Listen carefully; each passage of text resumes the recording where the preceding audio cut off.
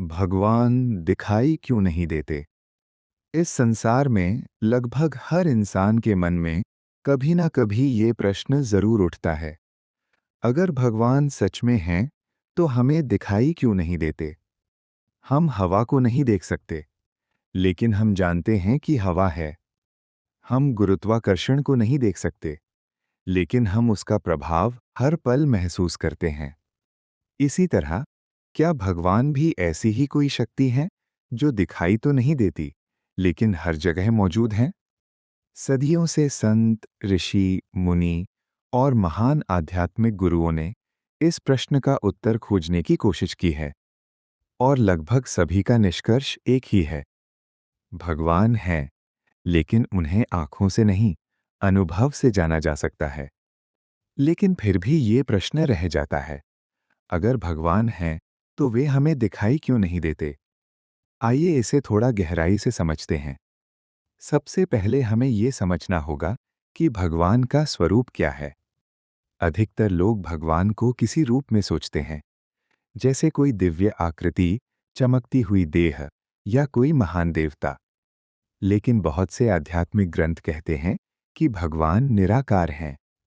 निराकार का मतलब है जिसका कोई निश्चित आकार नहीं होता, जिसका कोई शरीर नहीं होता, जो किसी एक स्थान में सीमित नहीं होता।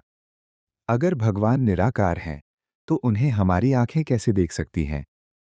हमारी आंखें केवल उन चीजों को देख सकती हैं जिनका कोई आकार हो, जो प्रकाश को प्रतिबिंबित करें, जो भौतिक संसार का हिस्सा हो। लेकिन अगर कोई शक्ति भौतिक संसार से परे हो, तो उसे आंखों से देखना संभव नहीं है। इसे समझने के लिए एक उदाहरण लेते हैं। मान लीजिए एक मछली समुद्र में रहती है। वो जन्म से लेकर मृत्यु तक केवल पानी में रहती है। अब अगर उस मछली से पूछा जाए, पानी कहाँ है, तो शायद वो इस प्रश्न को समझ ही नहीं पाएगी, क्योंकि पानी उसके चारों ओर हर जगह है। वो पानी के अंदर ही जीती है, सांस लेती है और चलती है। उसी तरह बहुत से संत कहते हैं, हम भी भगवान के अंदर ही जी रहे हैं।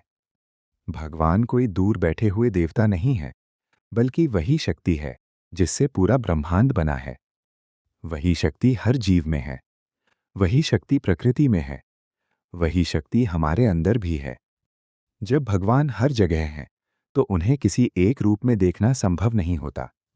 यही कारण है कि भगवान दिखाई नहीं देते, लेकिन इसका मतलब ये नहीं है कि भगवान नहीं है। दरअसल कई बार जो चीज सबसे ज्यादा वास्तविक होती है, वो दिखाई नहीं देती। उदाहरण के लिए, प्रेम। प्रेम को कोई देख नहीं सकता, लेकिन प्रेम को महसूस किया जा सकता है। जब कोई माँ अपने बच्चे को गले लगाती है, तो उस क्षण में प्रेम दिखाई नहीं देता, लेकिन वो अनुभव किया जाता है।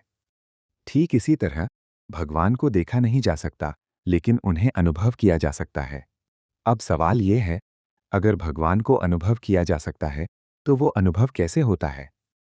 अधिकतर आध्यात्मिक गुरुओं का कहना है कि भगवान का अनुभव शांत मन में होता है। जब मन बहुत ज्यादा विचारों से भरा होता है, तो हम भीतर की सूक्ष्म चीजों को महसूस नहीं कर पाते। लेकिन जब मन शांत हो जाता है, जब अंदर की बेचैनी खत्म हो जाती है, तब इंसान एक अलग तरह की शांति महसूस करता है। बहुत से लोग उस शांति को ही भगवान की उपस्थिति कहते हैं। इसीलिए ध्यान और साधना को इतना महत्व दिया जाता है। जब कोई व्यक्ति ध्यान करता है, तो धीरे धीरे उसका मन शांत होने लगता है। और जब मन पूरी तरह शांत हो जाता है, तो कई लोगों को ऐसा अनुभव होता है जैसे कोई अदृश्य शक्ति उनके भीतर मौजूद है। इतिहास में ऐसे कई संत हुए हैं जिन्होंने कहा कि उन्होंने भगवान का अनुभव किया है। लेकिन जब उनसे पूछा गया, भगवान कैसे दिखते हैं, तो उनका जवाब अक्सर यही था, भगवान को देखा नहीं जा सकता, उन्हें केवल अनुभव किया जा सकता है। कभी कभी लोग पूछते हैं, अगर भगवान दिखाई नहीं देते, तो फिर मंदिर क्यों बनाए जाते हैं? ये भी एक दिलचस्प प्रश्न है। मंदिर वास्तव में भगवान को कैद करने के लिए नहीं होते। मंदिर एक ऐसा स्थान होते हैं जहां इंसान अपने मन को शांत कर सके, जहां वातावरण आध्यात्मिक हो, जहां शोर कम हो, जहां इंसान अपने भीतर झांक सके। मूर्ति भी उसी उद्देश्य से बनाई जाती है। मूर्ति भगवान नहीं होती, बल्कि भगवान को याद करने का एक माध्यम होती है। जब इंसान मूर्ति के सामने खड़ा होता है, तो उसका ध्यान भगवान की ओर जाता है और धीरे धीरे उसका मन शांत होने लगता है। लेकिन फिर भी कुछ लोग कहते हैं, अगर भगवान चाहते तो वे हमें दिखाई दे सकते थे। तो क्या भगवान जानबूझकर खुद को छिपाते हैं? कुछ संत कहते हैं, भगवान खुद को इसलिए नहीं दिखाते क्योंकि तब इंसान की आस्था खत्म हो जाती। अगर भगवान हर समय सामने खड़े दिखाई देते, तो शायद लोग डर की वजह से उन्हें मानते। लेकिन भगवान चाहते हैं कि इंसान उन्हें प्रेम और समझ से जाने। जब कोई व्यक्ति बिना देखे भी भगवान पर विश्वास करता है, तो वो विश्वास बहुत गहरा होता है। ये विश्वास ही भक्ति बन जाता है, और भक्ति ही वो रास्ता है जिससे इंसान भगवान के करीब पहुंच सकता है।